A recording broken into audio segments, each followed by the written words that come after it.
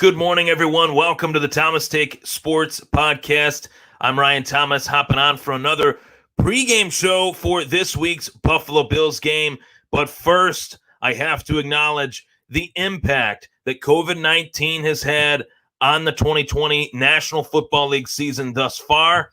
Unfortunately, there is so much uncertainty as to what is next for the National Football League within this 2020 season. We knew that there could be some trials, some tribulations, some peaks, some valleys along the way of the 2020 NFL season during the COVID-19 pandemic. Our very own president of the United States tested positive this week. Cam Newton tested positive, and the New England Patriots and Kansas City Chiefs game as of now is up in the air, but there were some negative tests on both teams thus far today and yesterday, this morning and yesterday morning. So Adam Schefter reported today the NFL will conduct a COVID accountability learnings and requirements conference call with all teams Monday evening.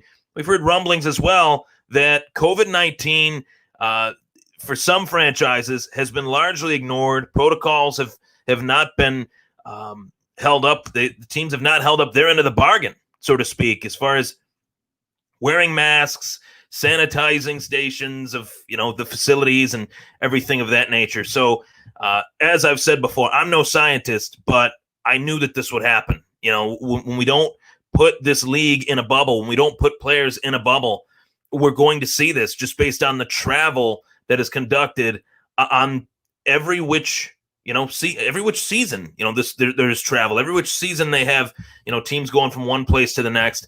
In particular, the LA Rams, they go from Philly back to LA, then to Buffalo. That's not good. And I thought that previous leagues did things right as far as neutral sites, MLB playoffs, neutral sites, the NBA, one site, of NBA action, and the National Hockey League, multiple sites, but neutral sites as well. So, that has to be stated. COVID-19's impact on the 2020 NFL season is just getting started. I fear the worst. That's why I'm trying to do as many shows as I possibly can, because I don't know how much longer I will have the ability to talk about this. I have to fear the worst. I have to fear for the worst in that regard, because this is a very serious thing. And a lot of people apparently have yet to start taking, they're not taking it seriously. They've yet to start taking it seriously. And that's very frustrating on any which end of the spectrum that you're on, whether you think that this is serious, whether you don't, it's obviously serious. So we should start taking it, truly seriously, especially those that are in the NFL. So as I said, this is the Thomas Take Sports Podcast pregame show. Week 4, the Bills take on the Las Vegas Raiders. Viva Las Vegas. It's so fitting that the Raiders are in Vegas, the silver and black. John Gruden has got a little bit of a swagger back. Dare I say the black and silver have a little bit of their swagger back as the Raiders try to rattle off another home victory against the Buffalo Bills. A big upset this season was the fact that the Raiders did beat the New Orleans Saints at home on their home turf. Obviously no fans in the stands or barely any. I couldn't remember if there was or if there wasn't. Either way, they beat the Saints. Not many people thought they would beat the Saints. And this Las Vegas Raiders team is definitely getting a little bit of their mojo back. The Raiders have a little bit of their swagger. And it was only a matter of time before John Gruden got things going in the positive direction that he thought he would. So I want to start off the show today by acknowledging our opponent, paying respect to our opponent, because as I posted on the Thomas Take Sports Podcast Facebook page, the Las Vegas Raiders have a lot of respect for us, the Buffalo Bills fans, the Buffalo Bills. John Gruden publicly praised Sean McDermott. Derek Carr publicly praised Josh Allen. So the fact that we are at that point of, a mutual respect factor between the Raiders and the Bills, I think it's fantastic. I am, very appreciative to the Raiders and Raider Nation for all of the positive compliments that I've received as a Bills fan, and as not even as a Bills fan, but podcasting and, the Buffalo Bills in general. Right now, I'm hopping on Facebook to fire away Get the people to fire away some comments. So if I'm looking down while I'm talking, that is why. I mean, I posted that video, and Derek Carr is the type of guy that is an extremely humble human being, a very likable guy, a guy that I think a lot of NFL players respect him. And for Josh Allen to get that respect in return, it's very, very nice that, Allen has been able to earn that respect. He's only earned the respect of his opponents through his play, and you love to see it. You love to see that, and you're starting to see it even from some of his haters, Jalen Ramsey, saying, yeah, that guy's talented. Well, you said he was trash last year. What happened to that? What happened to that? I don't know. Something happened to that. But Bills fans have been smiling ear to ear over the progress that Allen has shown, and it's a true treat to hear that from our opponents, to get that positive reinforcement. So I'm going to do a little bit of a positive reinforcement back to the Raiders. And I want to start off by complimenting Derek Carr and saying Derek Carr can do well with limited weapons, whether they have Antonio Brown, whether they don't have Antonio Brown, whether they have Henry Ruggs, whether they don't have Henry Ruggs, whether they have Bryan Edwards, or whether they don't. You get the point. Derek Carr can do fairly well with limited weapons. I don't want to underestimate him heading into this game. I don't want to think that Carr won't play well today. He could very well show up and look damn good doing it. I mean, this guy has been fairly good, not great. He's had moments of greatness, but he's been fairly good in his NFL career. He's a decent quarterback. He's a guy that I think has the ability to be even better than what he has shown.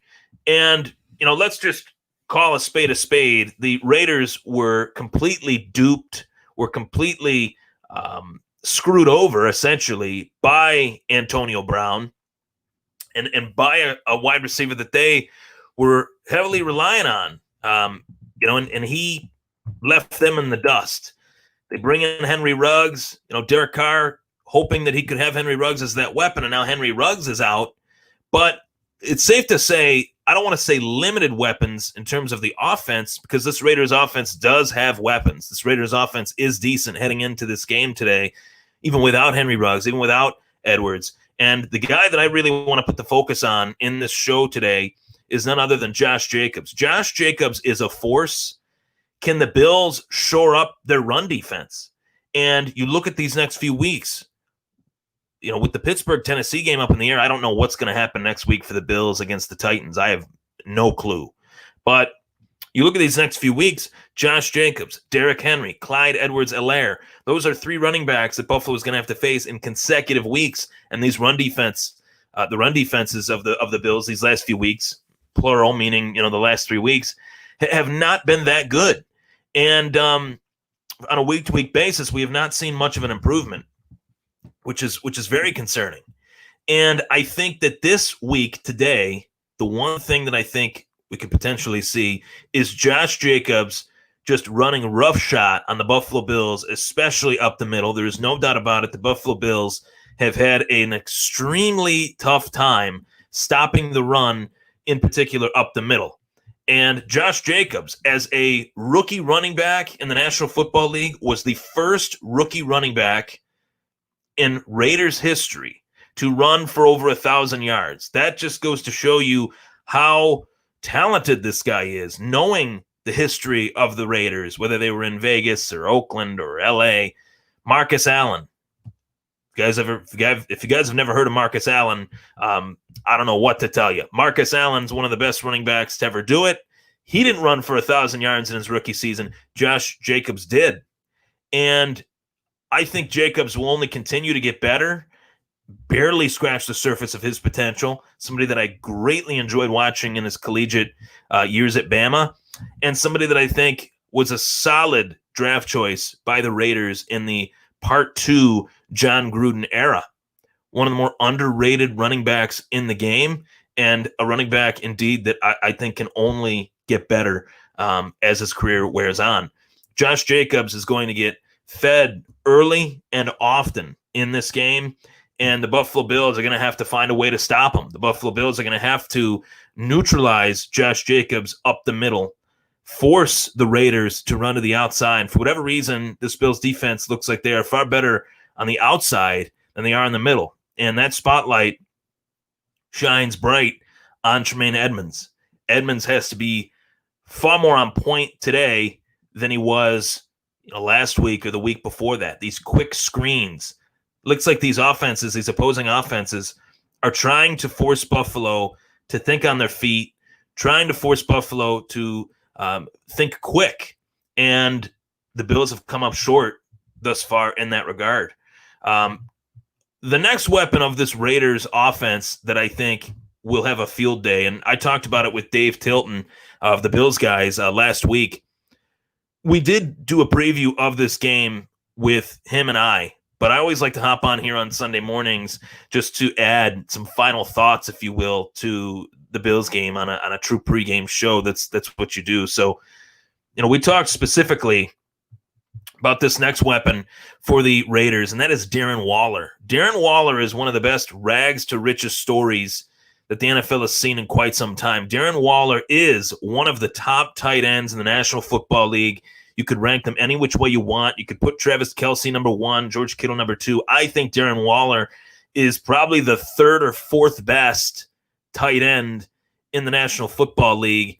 And I think that this is going to be a hell of a battle for this Buffalo Bills defense, trying to stop Darren Waller.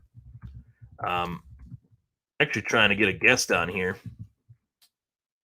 Let me know a little bit late, but no problem with that. I'm ready to roll.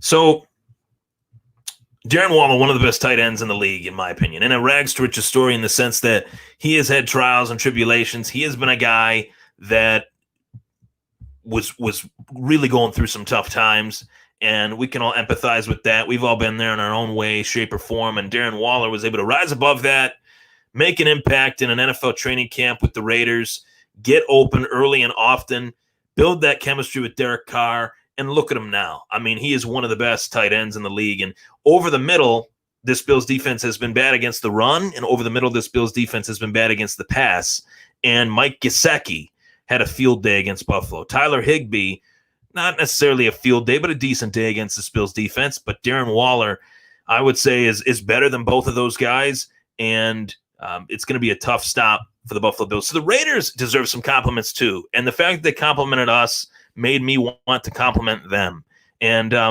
that's what I did. So Cameron Crowe, what's going on, Cam? I love that Pirates shirt. Gruden activated 4 running backs and a fullback for today. John Gruden loves to run the football. John Gruden runs that old-fashioned, pound the rock, wear down the defense, burn them with the West Coast offense type style. Billy Stevens says 37-17 for the score, 37-17 with a ringing endorsement for Joe Biden and Kamala Harris. Cameron Crowe says put Norman at number 2, make Levi shadow Waller all game long. It's very interesting, and that's another facet of today's game that I'm going to dive into. Josh Norman is back. Josh Norman is back. This is a guy that I think will be crucial to this Buffalo Bills defense moving forward, because that CB2 has been such an area of need for the Buffalo Bills the last few seasons. And when I look at not Stephon Gilmore, Trey White, as dominant a player as Trey White is, he's got to have that guy opposite him. He's got to have that guy that can be a force with him. And I think that we will see that, between Norman's shelf life, not that long. Are his best days behind him? Quite possibly. His best days could be behind him. But in terms of what this Bills defense needs right here, right now, they need some sort of production out of that CB2 position. Levi Wallace, a damn good number 3, trending in the right direction. And I know a lot of Bills Mafia, and I know a lot of Bills shows out there busted Levi's the last few weeks. And I get that. There were moments last year where Levi Wallace was just left hanging on a lot of plays. But at the same time, here's a young corner in this league, a guy that a lot of people think can get only better, can only get better with more playing time. And I think I've seen an improvement, to be quite honest. I haven't seen a regression. I've seen an improvement. Last week he made quite a few plays against that Rams offense. So, Levi Wallace, let's not talk out of turn. Let's not speak too soon when saying that Levi Wallace doesn't belong on this team. I think he has a spot on this team. Another comment on there. Michael Gerace says, "Morning, Ryan. Let's go Bills." Thank you for tuning in, Michael. Once again, tuning in for me. I really appreciate it. Folks, you can feel free to fire some comments away. I'm going to take some comments. You can follow me on Twitter and Instagram at Ryan Thomas Take, and you can subscribe on YouTube to the Thomas Take Sports Podcast as well as Facebook. Greatly appreciate the love and support. From all of Bills Mafia out there. Talking to you, Bills Mafia, the best fan base in the National Football League, no doubt about it. Fantasy football commissioners, I want to talk to you specifically. You guys are going through it right now. I'm going through it right now. It is a rough year in general for everyone in every which way, right? But being a commissioner of your fantasy football league, this season has to be one of the worst. I mean, in terms of what could potentially be ahead for the National Football League within the COVID-19 garbage that is going on right now in the world, I hate it. I wish this thing would go away. I hope that there's a vaccine sooner rather than later.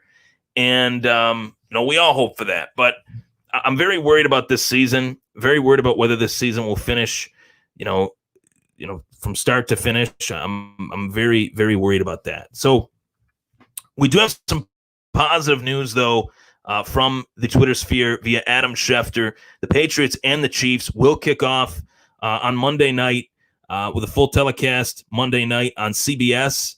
Falcons and Panthers will kick off at 8:50 tomorrow night. So the Patriots and Chiefs game is on. All these other teams tested negative. All these other players tested negative outside of Cam Newton. And obviously there were some positive tests on the Tennessee Titans side of things. That news broke earlier in the week. And I'm just I hate to sound pessimistic. I hate to sound negative. But when I look at just the landscape of our world, understanding that, it's very tough for me to see this season playing itself out from start to finish. Very tough. So I'm going to get the guest on here, and this guest is an awesome guest. We're going to get him on, and I'm very much looking forward to having him on. Guy that I've greatly enjoyed chatting with over the last X amount of months. His name is Colt Schroeder of Built in Buffalo, and took me a little while to get the guest on the show, but we're going to get him on. We're going to chat about this Bills game. Levi has definitely stepped up his game last week. Run game has to be stopped. I'm sure they have a solid plan. We should in our defense. In our defense, I trust 100%. I read that defense. My bad. So yeah, I mean, it's one of those things where you make the adjustments, right, Michael? You make the adjustments week to week. It's a week-to-week league.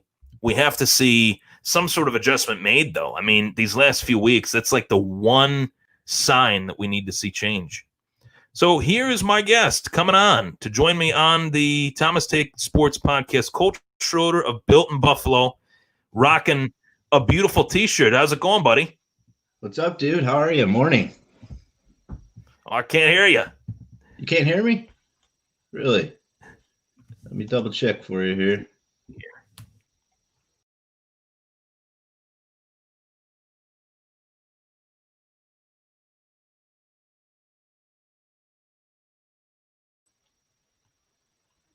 Can you hear me now?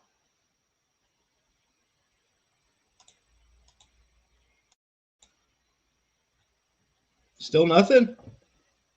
Really?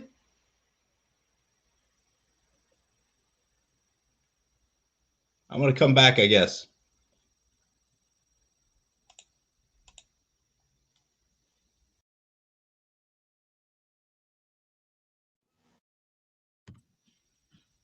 Hello.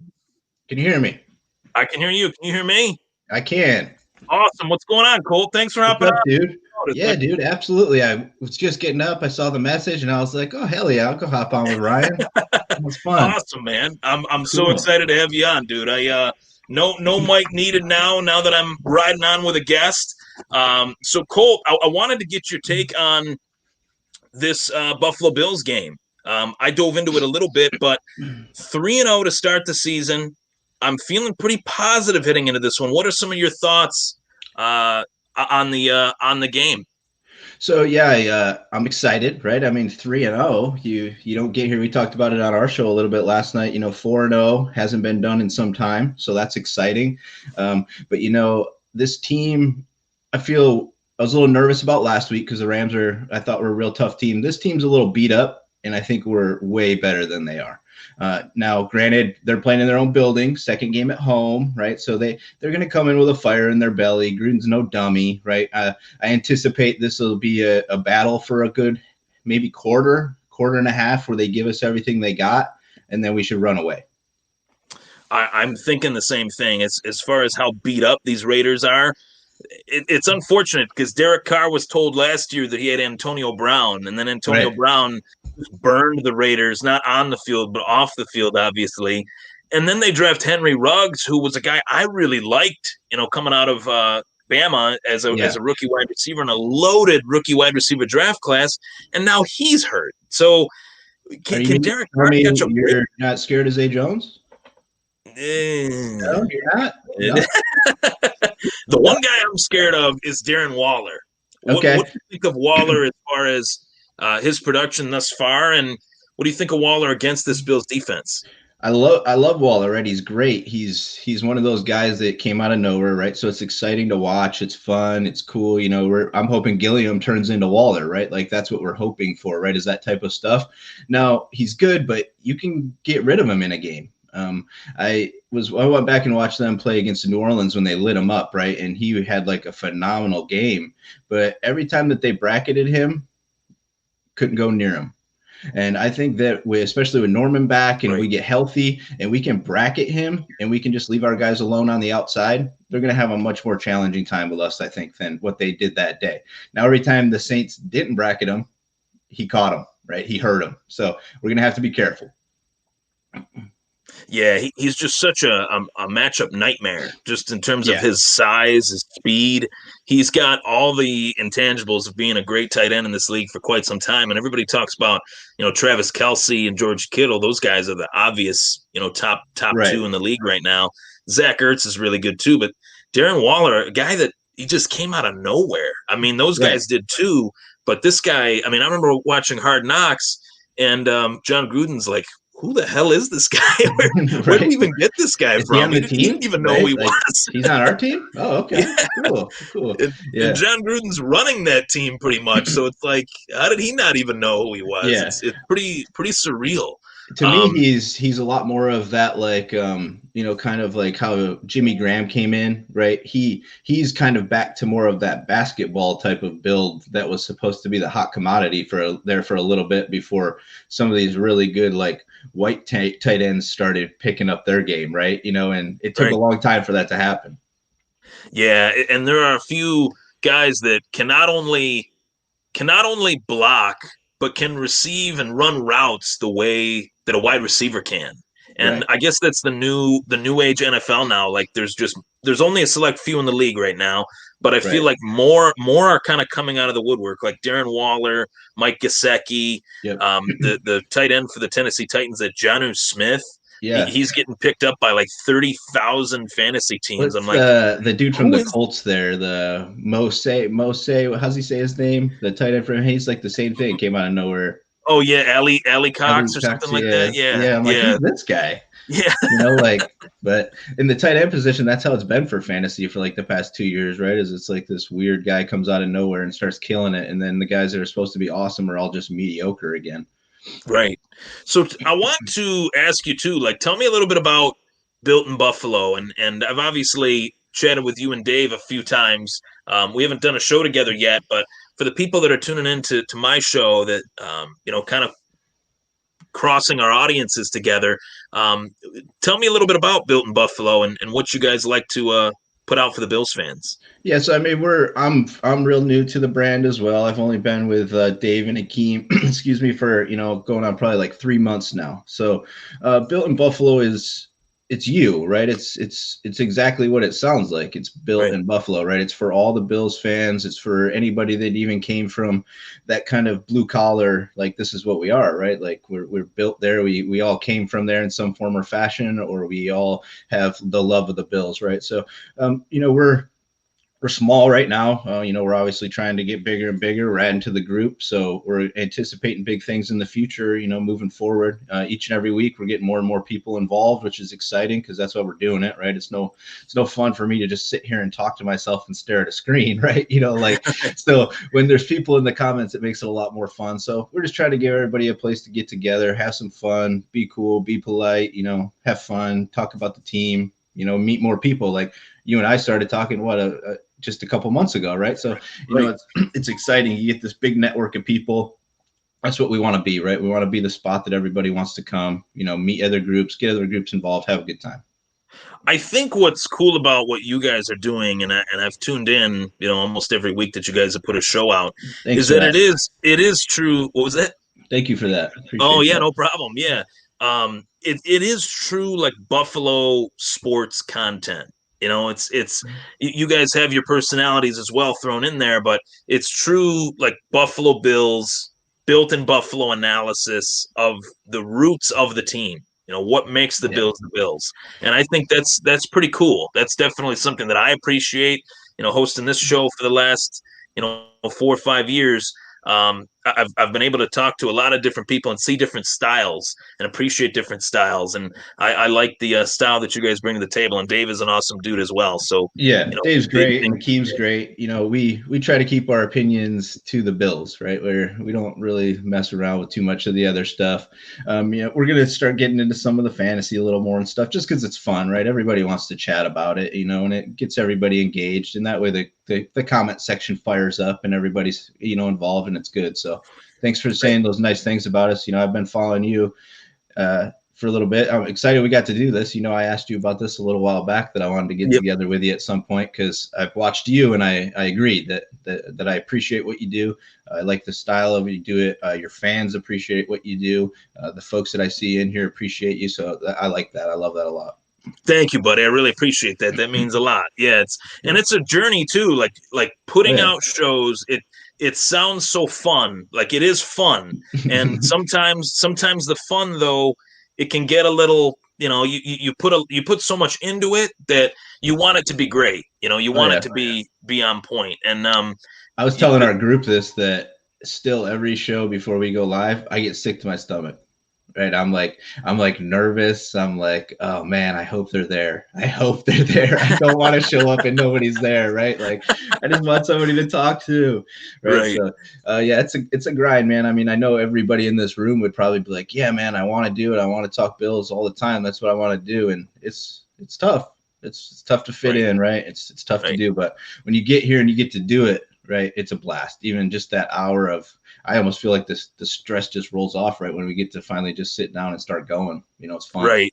Definitely. Yeah. And it all starts with an idea and just pursuing that idea and putting your heart and soul into it. And as you said, the Bills fans appreciate that. There is a lot of Buffalo sports content, in the Buffalo area. But it's about kind of being authentic to yourself, staying true to yourself and putting your own spin on things. So I definitely appreciate what you guys have done. So I wanted to dive into some Buffalo Bills keys to victory. I did not dive into this yet. I was kind of previewing the game and actually paying respect to the Raiders because the Raiders have been like singing our praises all week long. Oh yeah. John Gruden throwing positive vibes at Sean McDermott, saying Josh Allen's the next John Elway, which was like, okay. I'll take more of that. And then Derek Carr saying that he's rooting for Josh Allen. He's a great guy and all those awesome things. But I haven't taken a dive into the Buffalo Bills' keys to victory yet for this game. To me, and I will go through my keys to victory, Yeah. and then I'll allow you to kind of put your spin on it. Allen has spread the football around so well this season. I think that's the best facet of his game thus far, and that's why he's had such solid production throughout these first 3 weeks. What do you think the reason is for that? As far as last year's offense compared to this year's offense, there's some obvious reasons, but I want your take on that. And Allen spreading the football around. Yeah, I mean, to me, I like to try to think that it's some like deep dive that you could take, right? But realistically, it's just he worked at it, and who are you going to cover, right? You now are in this dilemma each week where it's okay, cool, let's stop Diggs. So what about the other side? Yeah, what about the other side, right? Oh, and what now we have 2 tight ends in the middle, right? So what are we going to do with Knox and Croft, right? So you start getting to all these levels of like there's just too much out there. And I don't know if you've seen some of this stuff where he's got like an individual handshake for each wide receiver, like Diggs is like, they're all fired up. They're all loving it, right? It's just everywhere. Allen's on board with all of them, so it's just like, I want it to be like, I can come up with this deep scientific thing to say, it's it's actually because he got to practice. He's thrown the ball 1,200 more times than he did. No, it's just, who are you going to stop? Right. To me, it's who Diggs. Again, last week, I brought this up last night where it was like my one thing I was scared about last week, even if we won, was that we would just avoid Jalen Ramsey, even though we have one of the best wide receivers in the league. And we didn't do that. Right. That showed me that this team's different. Right. We can't be stopped. Yeah. Their offense is a true pick your poison offense. And the biggest thing is Diggs, Brown, Knox, Beasley. Knox has been, so because he was hurt, but Croft has been pretty decent. And I've talked about Gabe it. Davis, like bonus points, right? Right. Like, this guy could be a 5th round steal. And I posted a video yesterday on the page. I put a little highlight reel together, which was actually pretty fun. I'm going to do that more often.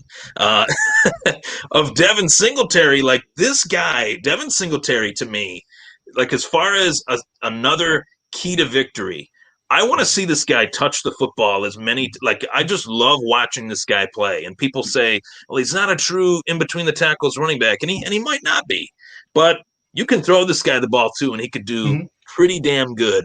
So my next key to victory is just simply feed Devin Singletary the football. This guy gets 5 yards a carry, and he gets plus that when he catches the football. Right. What do you think of that? Yeah, I mean, it's obvious too, right? If you look at it, this game spells like, why wouldn't he get the ball? They just got done giving up like 200 and some yards to the Pats last week rushing. Their interior of their offensive line is doing very poor. And I think we're going to play them today without Incognito in there as well, right? And so without their line's Trent Brown, going to be worse. And Brent could be Brown's out too then. Right.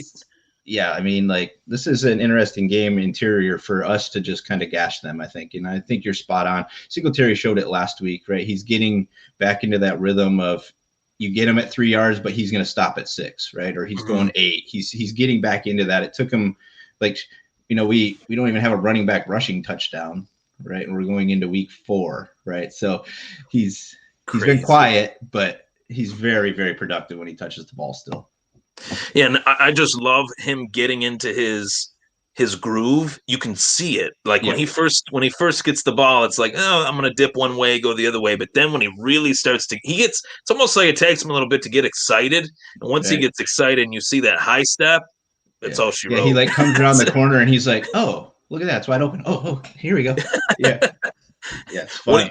He's great, man. Is there truly a lot of 3-down backs in the NFL anymore that are running between the tackles? I mean, there's not many of them really anymore, right? I mean, they are truly a dying breed, like Frank Gore and Adrian Peterson. Those guys are still in the league as 3-down backs previously. They're not anymore, obviously, but those guys are, once those guys are out of the league, finally, after 17-year careers, they'll be, respected for a long, long time. Because I don't think there'll ever be running backs quite like that again.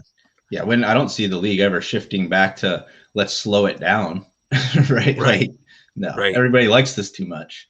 Yeah, and in terms of that's another good point. In terms of the rule changes too that the NFL has had, like it has catered to the passing game. Right. And I hate to say that because it sounds like I'm not giving credit to like Mahomes or, even the year that Peyton Manning had with Denver where he put up 5,000 yards, 55 Right. touchdowns.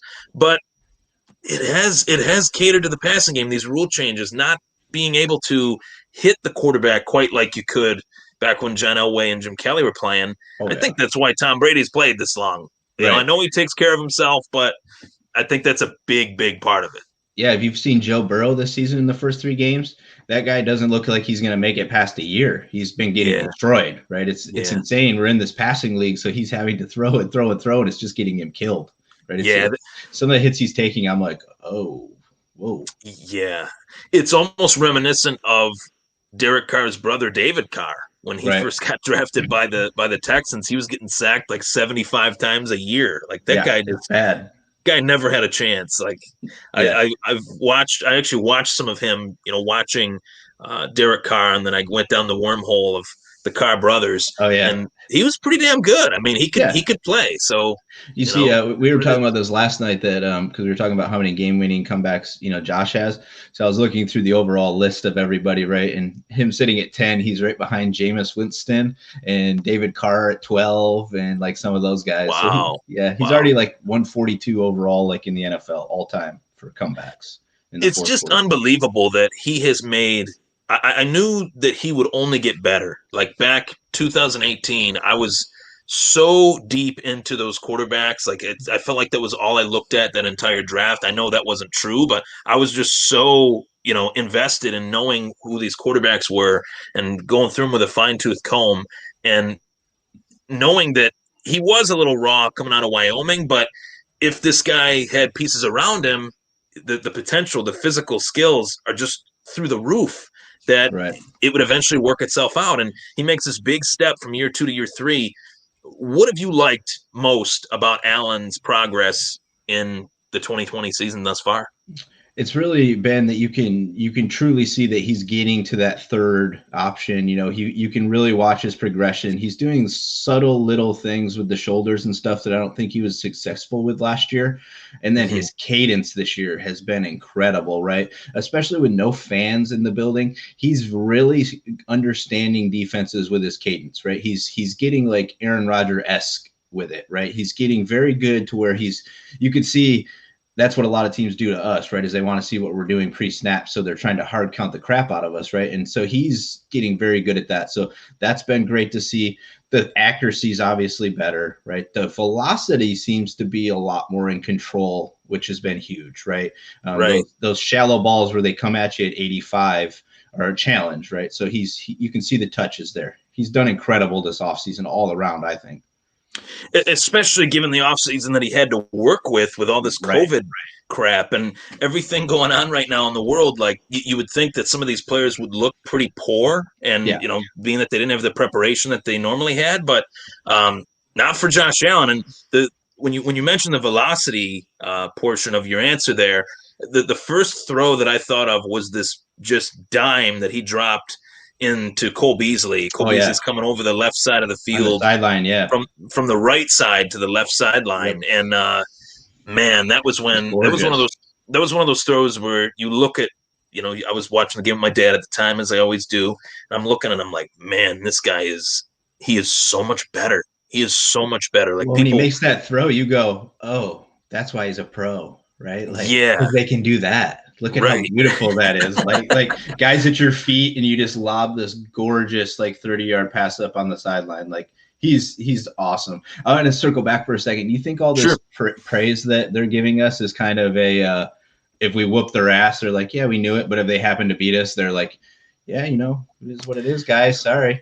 Well, we do have to remember they are the Raiders. Like for all intents and purposes, like the Raiders have like that. We're gonna prop you guys up. And if we win, we're gonna just rub it in your face. Like they're still the silver and black. And that's what I feel like it is, right? It's just like they're setting us up to be like, ha ha, suckers. Like, did you see? Because you've seen this stuff too, with like the Derek Carr QB camp and all that kind of stuff with Josh Allen. Yeah. I did. We were talking about it last night. It's like, is he gonna come out here and just like, F you guys, right? And just we're gonna see 5 more touchdowns out of him today, and he's just gonna laugh and point at Carr across the field all day, like, oh, that's the better quarterback than me, huh? Okay, cool. The story of that is really amazing, though. Like It is, right? he really wanted to go to Fresno State. Like that was the college that he wanted to go to because of David Carr and Derek Carr, and being that he's from California, and Yep. having that closeness to his school. And they just shot him down. Like Yeah, there you was suck. never a chance that he was going to go to Fresno State, and that's got to be in the back of his mind. Even though Oh he's yeah. had the success that he's had, there's no debating that. Like some Bills fans I tweet with, they're like, oh, he's going to focus on the game. Of course he's going to focus on the game, but Josh Allen can kind of always have that doubter, Oh yeah. It's hater in his there. ear. It's there. He can pretend that he's not paying attention to it, right? But when this comes down to it and he's walking off the field with an astounding victory today, he's going to be like, yep. Mm-hmm. Everybody laughed at that scrawny little kid, huh? Okay, cool. Thanks. And Right I think now he does that every week already, right? I mean, Mhm. he didn't get offers from big schools. He sends thousands of letters and gets rejected, right? He's doing all these things. So I think he does that every week. And this is another funny story that I've never told on this show before. So this is something for the audience that they've never heard. All I right. was in the middle of tweeting one day, and I was tweeting about Josh Allen. I just went on this rant about Josh Allen and how Bills fans need to give him time. It was after one of his lesser great games. It wasn't a great Mm-hmm. day at the office. I can't remember which game it was. Maybe against New England, I think. And his mom actually sent me a direct message, Levon Allen. She sent me a direct message and said, "Thank you for being patient with my son. I can tell you're an avid Bills fan. You got the show going. Keep it up." Like it was like That's awesome. Josh Allen's mom sent me a DM saying, "Hey, thanks for sticking up for my son." Like not Yeah, that's even the great. quarterback. It was pretty awesome. And Bills fans, they I think they listened too much at that time when Allen was picked to the national media, talking about, oh, we should have took Josh Rosen or Lamar Yeah. as the next Tyrod or whatever. And man, I'm so glad that they were wrong. Yeah, I'm not disappointed at all. And I mean, granted, we're Right. getting to see the fruits of it now, right? So it's a lot easier to be like, yeah, I mean, why wouldn't we? We wouldn't do anything else, right? But yeah, I mean, in 18, the kid hadn't even thrown the ball that much, right? He didn't Right. play a lot of football games before he came into the NFL. So thinking he was just going to walk in and be sensational is just, sure, that'd be great if it happened, but that happened to like RG3 and then he sucked the rest of his career, right? So is that really Right. what you want? Is like a flash in the pan year and then he's just garbage after that? I mean, I think that's kind of like Carson Wentz to me, like peaked and he's on his way down already, right? Mhm. And I feel like Allen's just like, we haven't even scratched the surface. He's still throwing a ton less balls than a lot of these guys playing in the NFL right now. And I think it was better him coming on with the expectations kind of low. The expectations for him were a little bit low. Just got to plug this in here. Well, as low as we were calling him like the savior of the team before he even stepped on the field, right? But yeah, Right, low. right. Yeah, we have low expectations for you. You just Well, need like to be the next Jim Kelly, but no big deal, dude. my expectations for him were a little low just based on the supporting cast that Oh he yeah, didn't really have. not good. Yeah. It was one of those things where I think, pardon me, there, one of those things where I think Allen, once they got the weapons around him this last year with Brown and Beasley in particular, it was like the light bulb kind of went off that, hey, I got to Mm-hmm. use the guys around me and not do the hero ball thing, because he did a lot of Right. hero ball his rookie year. It was a He's lot still of got hero a ball. he's still got a bit of that in him, and I kind of wish he let it go sometimes. But there's other parts of me that are just like you don't take it away from him, right? Because Right. the moment you start taking, I mentioned this last night because there's a couple plays against the Rams where he easy had like a 3-4 yard run where he could have just leaked out and got a little bit of something, right? And he just threw it away. And I'm like, no. Yeah. Don't start that. Don't you dare start doing that, right? Those 4 yards are important here, right? You Go get start those talking 4 yards and just fall down, please, right? Like I was getting irritated. I'm like, no friggin' way. Don't you dare. Like yeah. he's too good. There's moments too, and I won't lie. There's moments too where with Allen, he's running and he's rolling out, like throw the ball, and then he just pancakes Kyle Van Noy. Oh And yeah. if there were fans in the stands, like for that game, Bills fans in Miami, as there always are, more Yeah. Bills fans in Miami than Dolphins fans. I'll throw that out there. The place would have went nuts. But at the same time, I'm like, no, like don't get hurt, guy. Like we Yes. need you, man. Like Every time he's running around with the ball out here like this, and I'm like, just don't get hit, because as soon as you get hit and you go down like this, we're toast, right? Like we're you're screwed. probably not coming back from that, right? So he carries it like it's a little loaf of bread out there, and he's just like, oh, 300-pound guy, hey. The head coach of Wyoming, I can't think of his name off the top of my head, but he was the same guy that discovered Carson Wentz, and they basically said that there is no taking that out of Josh Allen's game. Like basically saying, we've tried, we tried again, and we just gave up, because it's just it's who he is, and I appreciate it, because it shows how much of a competitor he is, and it shows just how dynamic an athlete he is, and that's like to say that the last part of this Bills offense that is great, that you would want to see last, right? Like Allen throwing it to the receivers or the run game. The last part is Allen's just unique, rare athleticism for a man of his size to move like that. It is marvelous to watch, and the league's taken notice that this team is an exciting team to watch, largely because of Allen, I think. Oh yeah. I mean, they're still waiting for him to fall, right? They're all still waiting for him to just mess up and we become the Bills again, right? But I don't see that. And to speak on Allen from college, right? I think there's that one image where he's like being chased by 3 defenders. He has no helmet on, and he's still trying to scramble like he would be in any regular game, right? Like and then all the comparisons to Ben Roethlisberger. Yeah, he's that build, but he's way, way more athletic. Like he can get out and he's got 20 yards before you know it, right? He's athletic. He's incredible, I think. Yeah, as far as the next key to victory too, diving into that I think is extremely important, and I think it's being talked about, but this is a true concern for me. Shoring up the middle of the defense, like I do wonder, and a lot of Bills fans are going to give me a hard time for this, because whenever you throw a take out there that nobody's really heard, they're like, what? But just through the first 3 weeks, pardon me, I've seen the middle of this defense just get gashed up by quick screen passes on the sideline to the wide receiver running to the middle, where the middle is just a gaping hole for the wide receiver to run through. I've seen Ryan Fitzpatrick throw over the middle for the last 15, 16 years. He did it like a vintage performance against the Bills. It was too close for comfort.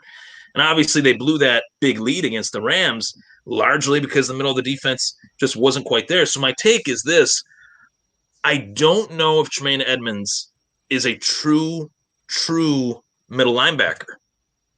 I feel like there is something there that is just not, I don't know if he's just not ready quite yet, and he will be ready at some point, but I haven't really seen that steady progression from Edmonds that we have seen from Allen. Yeah, I mean, I can agree with that a little bit. He's in a little bit of a slump. Yeah, I think he's found that third year kind of slump a little bit. And his size is still not there all the way yet, right? I think he's a young kid. I mean, he still should bulk up in some, which I'm going to help him. But I agree that the coverage aspect of the middle from both the linebackers has been fairly suspect, right? Like, and now, granted, I mean, you might disagree with this, but I've been a little more lenient on the defense so far because of the way that we're playing these games, right? We're so far ahead that we're sitting in a shell more often nowadays. I think just trying to not let teams back in the game, which always lets teams back in the game, right? That's just what prevent defense does. It's like prevents you from winning the game is basically what I feel like it does, right? It just allows this team to come back.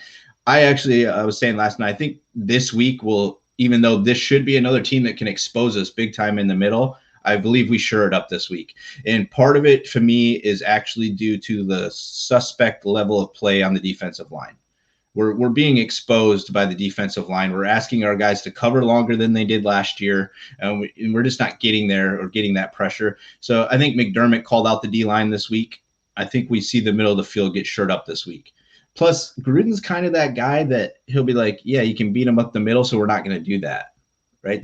Like some of these coaches get to where they're like, nah, forget that. I'm going to beat him how I'm going to beat him, right?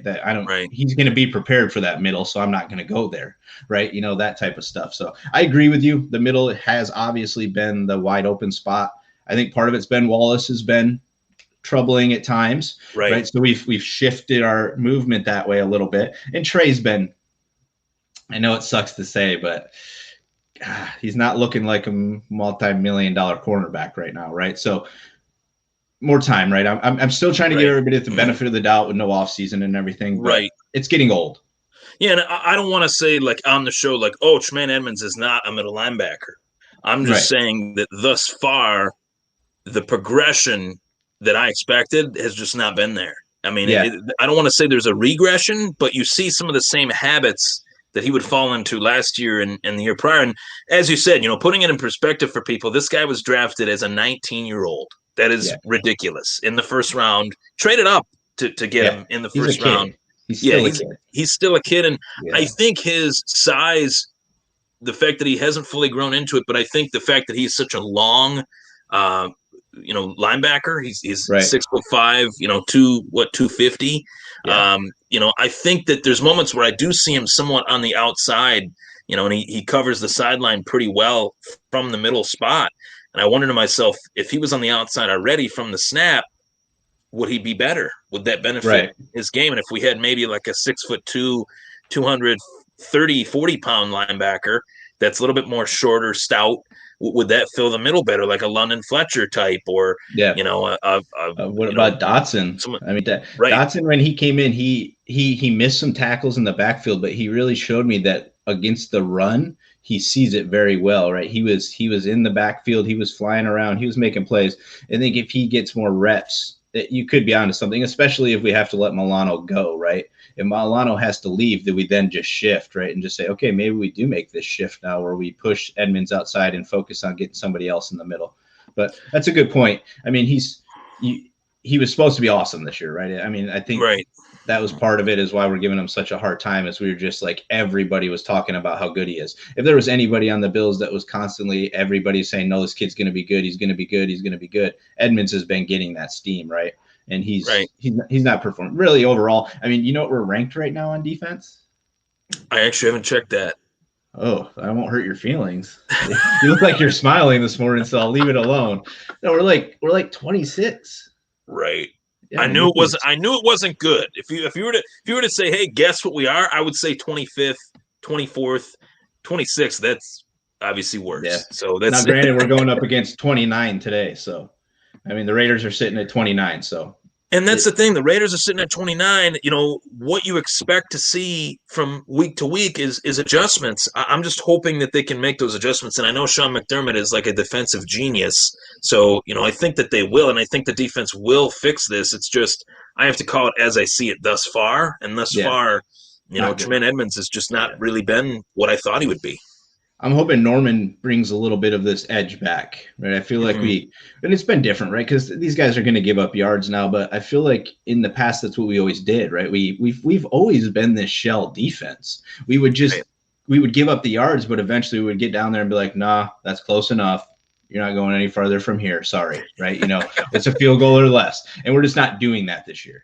Right. Now, granted, these teams are throwing on us more because they're behind and they're trying to come and get us. Right. So it's tougher on the defense. But if Norman comes back and plays the way I think he was going to play before this injury, I anticipate that in the next 2 weeks, this defense looks completely different. And what an addition that is to the defense right now. Like, it was a solid ad. It was an ad that, I knew a lot of guys, like Matt Perino and a few of the guys in the media were not too high on that move. They hated it. And I thought, well, he might not be what he once was. Nobody is at that stage in their career, but he's a veteran presence on this defense that is very much needed. We lost Lorenzo Alexander last year. We lost, a few of these veteran players like Kyle Williams that, Josh Norman's seen the highs of the NFL and he's seen the lows. Right. And he's not going to be asked to do the things that he used to do for those teams in Carolina and Washington. So he doesn't have to do those things on this defense. Right. And he gave up in Washington, right? You can't tell me that he didn't give up in Washington. He was not thrilled about being there. The system didn't fit him. He was asked to be a man corner and be like the number one corner. And no, he's not that anymore, right? This isn't 10 years ago, right? So being in this defense, he's got so much protection around him that he should be able to play aggressive and be his old self. Right. And I think that was a solid addition of bringing in a guy that what he will bring to the table. and you know that he knows the defense. No, there's no learning curve because he worked with McDermott obviously in Carolina. Right. So I know that everybody is hates that, right? Everybody hates that we get all these Carolina guys and this, that, and the other. But especially in this offseason, it's so much easier to grab a guy and be like, look, this is what we're doing. You should remember it. We've changed it a hair. You just need to learn this part. That's it, right? Like, cool, thanks. Yeah, it's going to be a great adjustment, I think, for the secondary to have that guy added in. And I noticed too, like because of the issues that they've had up the middle, they've made the safety cheat up a little bit, like Micah Hyde cheating up a little bit, trying to get a little bit closer, and then Hyde got hurt. And it's like you don't want to see these guys take on these hits and initiate these tackles that they are not accustomed to.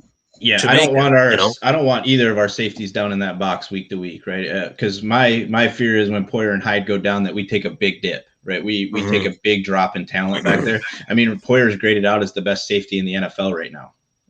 I mean, that's Jordan Poyer, right? The guy that like nobody even was like really trying to get is grading out like is the best safety right now. So that I agree with you on that. I think that we're getting healthy, right? We're getting everybody back. We're going to get some fire back in our belly. And do you think that Leslie has been like maybe a little generic? Yeah, I feel like he's been a little generic so far, right? Because we've been up early, right? We've been up, and I feel like he's lulled into this generic a little bit. And if we can shore up with Norman and feel more comfortable on the outside, saying let's just line up out there, right, and see what happens, then we might start getting a little more aggressive, right, and start sending some extra bodies and stuff. Yeah, and I think that the coaching staff in general, like I want to say too, like for the fans out there that tune into this show all last season, tune into the show, prior. There are moments where I've wanted to just be like Brian Dable, what the heck's going on, man? Like some of the play calls, the situational play calling only, like that's it. Like the way they've used players has not been bad. The way that they've developed players has certainly not been bad. But situational play calling, like a direct snap to the running back on second and short, like things like it's just like don't overthink it. Let's keep it simple. Let's just get the 2 yards. We're not trying to, it's not rockets. It is football. At the end of the day, it is football. It's not rocket science. And sometimes I just feel like he overthinks it a little bit. But this season, I think that with those big leads, both the coaching staff, like both sides of the ball, as far as the offensive coordinator and the defensive coordinator, have been like, yeah, let's kind of dial it back. And I'm like, let's turn it up. Let's turn this up to 100. If we're up by 25, let's stomp our foot on their necks. You know, that's what I want to see. I'm a huge Dabo fan. I know off season he was getting a lot of flack and he's getting a lot of the blame. And year one, he's got brand new quarterback. He's got nobody to work with. So the system's going to be generic, right? Year two opens it up a little bit, but we're still in that lull period, right? Because Josh is still learning. So I think he's been kind of handcuffed in what he can want to do. And I'm actually, I know that second down and one, like getting a little fancy and stuff. I'm actually a little okay with that stuff occasionally because I don't like it's 1 yard. We know what they're going to do, right? So at least it throws a little bit of flair that we might use something a little extra so they can't just line up against us. Because, I mean, realistically, every time we have short yardage, they probably are just planning Josh is going to fall forward for a yard anyway, right? So we could do all these extra little fancy things. But I think Dabble after this year, or what do you think? I mean, if we continue at this pace, and Josh Allen wins a playoff game this year, he's in the talks for MVP or player of the year type of stuff, Dabble's probably not our coach next year. Right. I mean, he's already getting head coaching offers. Right. The only way I'm keeping fingers crossed that even if we don't make it all the way, that they keep this crew together to make it all the way. Right. He's just like, you know what? I'll just stay here. Give me some more money. I'll stay here because I want to keep winning here. Right. Right. I think Dable's about 2 or 3 steps behind like where Eric Bieniemy was a couple years ago, the Kansas City Chiefs offensive coordinator. He's close in terms of like just showing that progression, putting out the stats, like, pulling the stats and seeing that productivity. I think that it's tough because if I'm Dable and you get that head coaching offer, you're not going to turn it down because there's only 32 of them. And, that's a offer that you just can't turn down. But It would be very tough for me to take it at this point if I was him, just due to the Right. fact that this Bills offense is so good and it's set to be good for so long that if Dable were to leave, it's like you're not going to go to a team with a supporting cast Right. like this. You're starting completely over. Like if you're Completely over. Dable and the Jets call you and they say, "Hey, Dable, we want you to be our head coach," you're gonna be Right. like, "What? Wait a Right. second.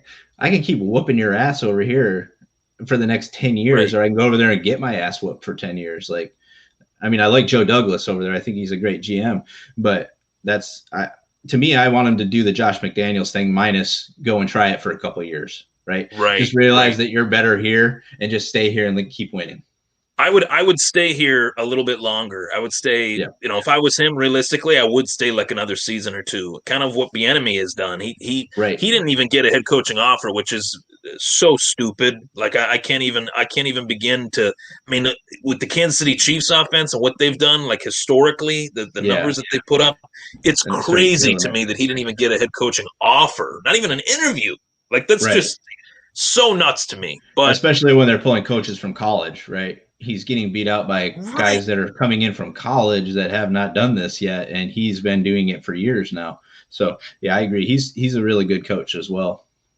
Yeah, and I think to touch on the Jets thing too, like I definitely wanted to ask you about the division to end the show, but I think that if I'm Dable, I keep trying to make this offense great, and the better I make it in the next year or two, maybe you get an even better opportunity to work Right. with like the Cleveland Browns who have weapons, or Right. work with the Atlanta Falcons who have weapons. Like work with a better opportunity rather than just getting the runt of the litter, the Jets, the run of the crap teams, the Right. New York Jets. And that So, that Atlanta job very well could be available next year too, mhm, right? Or it should be right, available, in my should opinion. be. I mean, Yeah. Yeah, I think the Jets, the Falcons, those are two teams that I would be stunned if they didn't right. fire their head coaches. And I'm not trying to, throw shade on anybody, but Quinn has been there a long time. Adam Gase had no business being hired as an NFL head coach Yeah. again. Like that Well, was Quinn is supposed to be this defensive coach, right? And that team can't hold a lead to save their lives. I'm mhm, stunned they didn't fire him already, right? Like great. we might as well just start fresh. Like we're faltering here. We got to do something, you know? You're wasting Matt Ryan's prime, Julio Yeah, I Jones. mean, and yeah, Julio, Calvin Ridley, you have a great wide receiver core, right? Like you should be competitive, especially when your division is kind of open, right? I mean, it's still realistically probably the Saints, but they don't look as good, right? Like you could probably be competitive with them. And Tampa Bay, man, what Yeah, a they don't look good at all to they me. look like I the mean, Browns of last year, right? right. It's like when you can't always just take studs and line them up and make it work, right? It just doesn't Right. always work like that. Yeah, that's a fact. In any sport, whether it's football, Right, baseball, it just doesn't. It's not what builds a team. right. Putting all these just big names on a team, that doesn't do it. It's actually I think it's the opposite of what builds a team. Like, I would say so as well. yeah, if you were to look at Buffalo, like, not many people know league wide who Devin Singletary is. They will. It's only a Right. matter of time. But they put like Devin Singletary, Dawson Knox, like some of these young guys. They found their own guys and Mhm. built their team through Buffalo, built in Buffalo. Plug Yep. there. Well, thank you, sir. So And then you can afford to pay your team, right? I mean, that's the other right, piece of it. You bring in all these high price tags, you have to suck at other spots, right? There's no you can't even be like mediocre at some spots because you can't even afford to pay for mediocrity at that point, right? So I love our approach and just looking for the needle in the haystack. And now, granted, going out and I mean, are you upset we traded a first round pick for Stephon Diggs? I mean, nope, nope. at this point, I feel like we should ask them if they want another one, right? Like, you guys messed up. Do you need another At, one? Like, at this point, currently with Stephon Diggs, and I've said this, I've touched on it. But at this point, currently, they got him for 4 years. I would add another 2 years to that. I, yeah, I would I would make sure that he's here for as long as possible I'd because say at least till 32. You sign him till he's 32. You might not use him for 1 and 2, right? But you right, sign him 30, and then options for him and team at 1 and 2, and right, go from there. Yeah, because he doesn't have like a ton of usage really. He's what 25 years old or whatever. I mean, and I didn't realize he was this good. oh, I mean, I I, watched him and thought he was good, but Right. He looks like nobody in the league can stop him. He looks better in Buffalo than he did in Minnesota. Yeah. And I really do think there's something to like the friction that him and Kirk Cousins had. Like Kirk Cousins kind of does things his own way. Right. And wide receivers, they got their personalities, and that's I've always liked that about guys like T.O., Randy Moss, Stephon Diggs, like guys that know that with the ball in their hands, they're one of the best players on the field, if not the best player on the field. So get them the ball. I mean, if this is Diggs being a diva, then I'm diva all day, right? Because he's cool all about this, right? He's all about this team. He's all about his teammates. I'm just not seeing it, So I'm one happy camper on our end for sure. Yeah, definitely. So the next topic of discussion here, before we wrap things up, we do have final scores. We'll talk about that in just a sec, but I wanted to. We'll get to the comments here. So someone said my mic was muted. I'm like, that must have been prior. Oh, that must have been like right when I came in, I think, is when that popped up. I don't know why that happened. That was weird, but oh well. Yeah. Technology's weird. So I guess we will dive into final scores. What do you think the final score of this game will be if you had to give your score prediction? Well, I had to pick a number last night, so I can't go off of that number now, or I might just look foolish. So I'm kind of in that 34-17 range. I feel like it's going to be more of like 34-10 probably, and they get a garbage one late and makes it a 34-10 or 34-17. So 34-17, you think that this Bills defense is going to be short up? Yeah, I do. Right? And I think part of it is going to be that we're going to see kind of this slower pace in the beginning because I think that they're going to try to control it, right? They want to. We're now going to be, I think, see a lot of teams start to try to control the field against us, right, and try to run on us because we're a little suspect and they can keep us off the field that way. Because right now we look like if you give us less than a minute, we're still going to score on you, right? So, but yeah, I do think just with their line being injured, McDermott calling the line out on our side, that we're going to see this defense. And we got to watch New England do it last week, right? So that's a big help, right? Like people aren't really talking about that very much, right? But you getting to watch another good defense do something to them last week and see it work, you should feel good about it, right? That they are stoppable. So yeah, and I think that with all the injuries that the Raiders have, like this isn't even the Raiders offense. Like it's like a very watered down version of the Raiders offense. Like this is the week that Buffalo's defense should bounce back. And I have a little bit of a different score, a little similar, a little bit different, 31-21.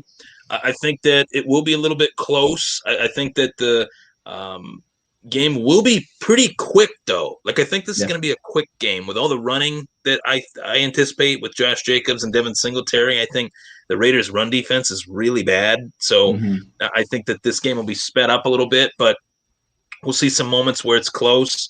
I'm praying that there's no turnovers on the offensive side of the ball for Buffalo, but I do think that it will be a little bit of a close game. I got it 31-21. We both got the Bills moving to 4-0, and that's what's most important.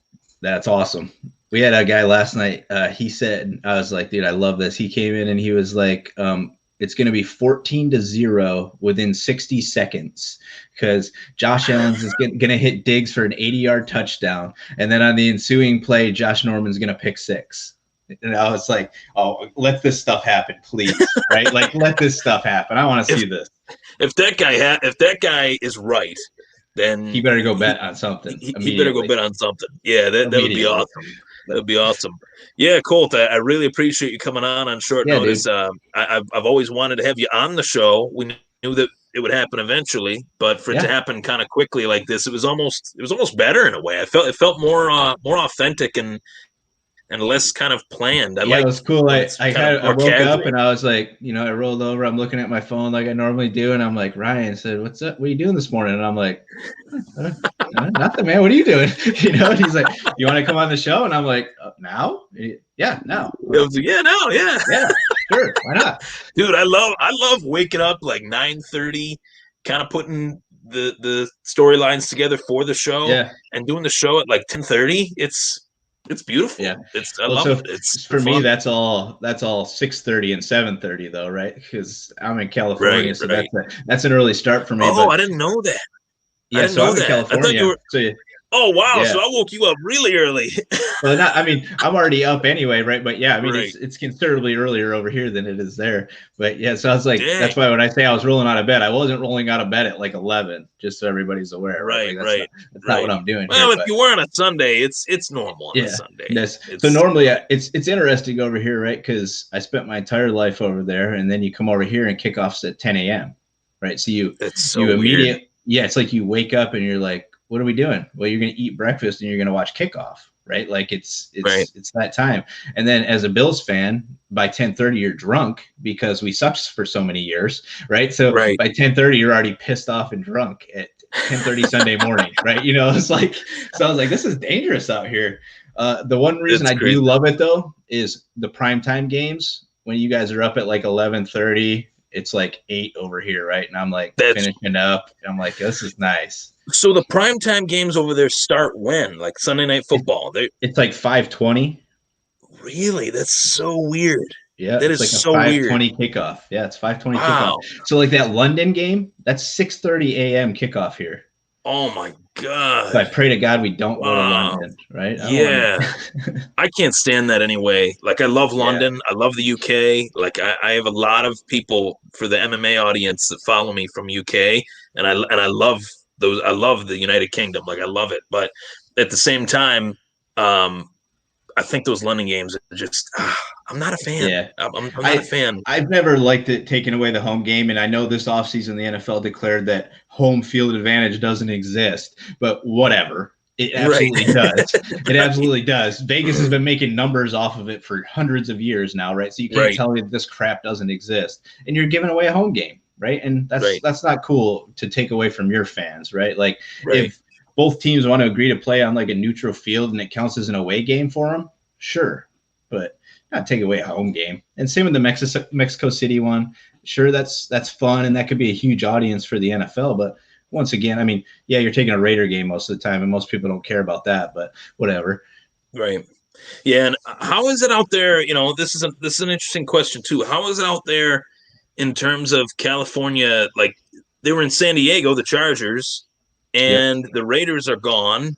So they acquired two teams to lose one with the Chargers and the Rams. It's kind of weird in California. Like for a while it was the Niners and the Raiders. Now it's the Rams, 49ers, and Chargers. Right. You know, and like realistically, LA. It doesn't matter because they only have fans when they're winning. Any one of those teams. And if there's anybody in here from California listening, this is the biggest fucking bandwagon state on the planet, right? So I hate it here, right? For the first 5 years of living here, I didn't know there was a 49er fan, right? And then it was like all of a sudden it was like 49er hat everywhere when Kaepernick was playing well. It was like looking around, I'm like, wait, who are you guys? Weren't you wearing Raiders last week? Right. I could have sworn you were wearing Raiders last week, right? That's how they are out here. So it's been interesting to see. It's funny because like they think that their team is just phenomenal, right? But as soon as that they start faltering, they disappear. That's just how they are. Wow.